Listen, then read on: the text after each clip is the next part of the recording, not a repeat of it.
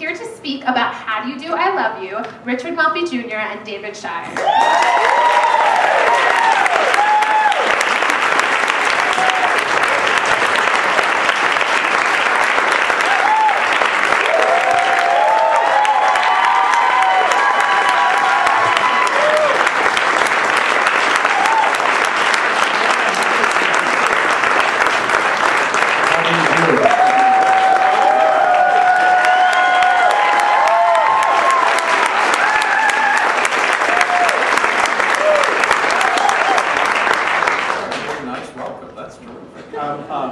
I was really impressed by that list of people who auditioned for the show, because probably significant fact, the most significant fact is we cast none of them. And I think of the people we did cast, we cast none of them. Yes, this was a, David and I had an idea for a show that was an original. We were looking for a book writer. It led us to Michael Stewart, and Michael Stewart said, I don't want to do your show, but I have this show. And so we ended up doing that because that one had a producer. And it was going to be done. It was a funny script, but a stupid story. When all is said and done, it could never really triumph over that. The producer was Lee Goober, who owned a series of music tents. So this is the only Broadway show that never actually even played a theater. You mentioned that it was in the round, but there were these theater tents that existed, and so that's where we opened. Lee Goober, by the way, was married to Barbara Walters, who when we had production meetings, she would serve us coffee and biscuits. That is the end of the glamour in this story.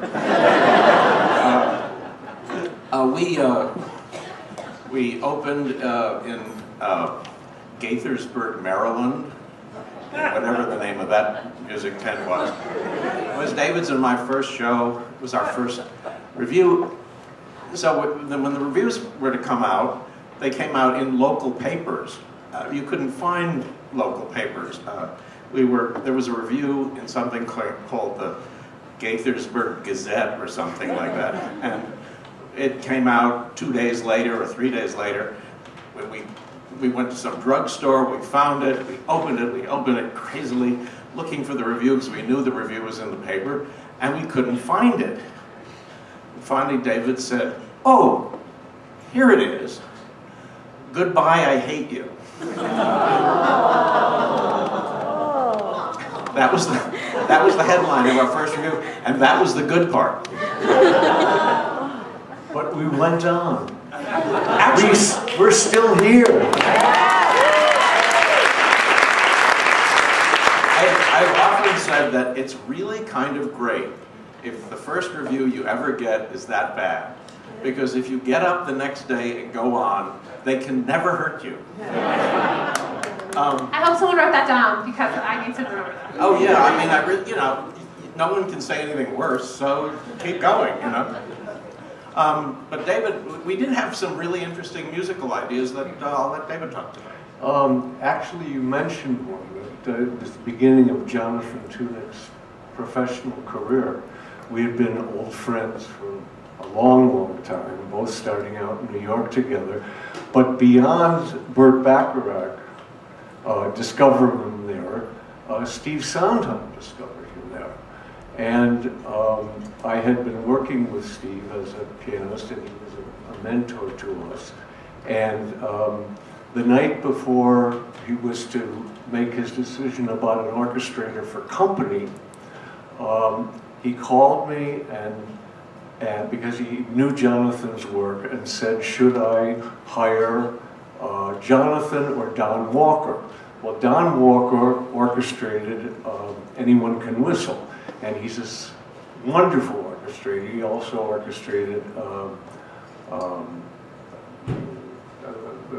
Thousands of shows. No, the big one, the big one. The Frank Lesser Show. I'm a most happy fellow. Some of the best orchestrations ever done. But I noticed that when he orchestrated Steve's music on Anyone Can Whistle, he did not appreciate the kind of transparency of Steve's music. That it had to be, it was different from all other Broadway music. And it had to be orchestrated differently, but he just thought, well, it's too thin, I'll thicken it up. So he did not really do a good job on that show.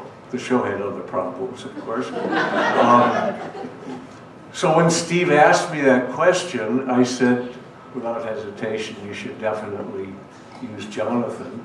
And he did, and the rest is one of the most successful collaborations, if not the most, between an orchestrator and composer. So I feel, in spite of all the things that How Do You Do, I Love You didn't do for us, it had a significant place in the American musical theater because it did that.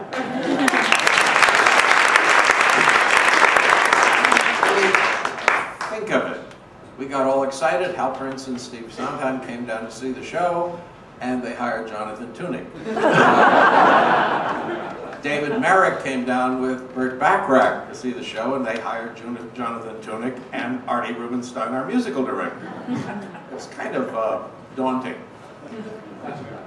We did learn some things, though. There are lessons excuse me.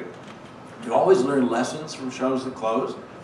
We wrote a song called One Step, which was a big showstopper. I mean, it just, you know, it was sort of our Hello Dolly number, and the audience went crazy and everything.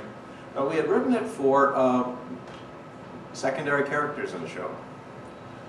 Never write a showstopper for a secondary character. Not particularly when your star is waiting in the wings and has to walk into their applause. It caused a great storm. And Phyllis Newman, who was the nicest person, you know, at the same time there's a kind of actor ego, and she could not bear walking into the applause of someone else's number. So any writers in the room, never write showstoppers for your minor characters. You said that about glamour with the show. The most exciting thing about it for me was that during rehearsals, Phyllis's husband, Adolph Green, legendary, would usually be sitting in the house, except he would often fall asleep. But Adolph Green was sitting there, watching, you know, attending our rehearsal. We did have one really interesting idea. This was 67. Their shows had rock and roll numbers in them. You always went to a club and there was the rock and roll number. And that was the attempt of musicals to kind of get to be modern. We had the idea that why shouldn't rock and roll, why should pop music be the natural vocabulary of these young characters? And so so we did that, and we were actually the first show that ever did it. And if we had ever... Maybe. At least one of the first. Well, we were the first one to ever do it. Nobody knows, but we did. We played 2 music tents, and that was the end. But anyway, that was kind of interesting. But apparently, the song that we're going to do tonight isn't one of those numbers.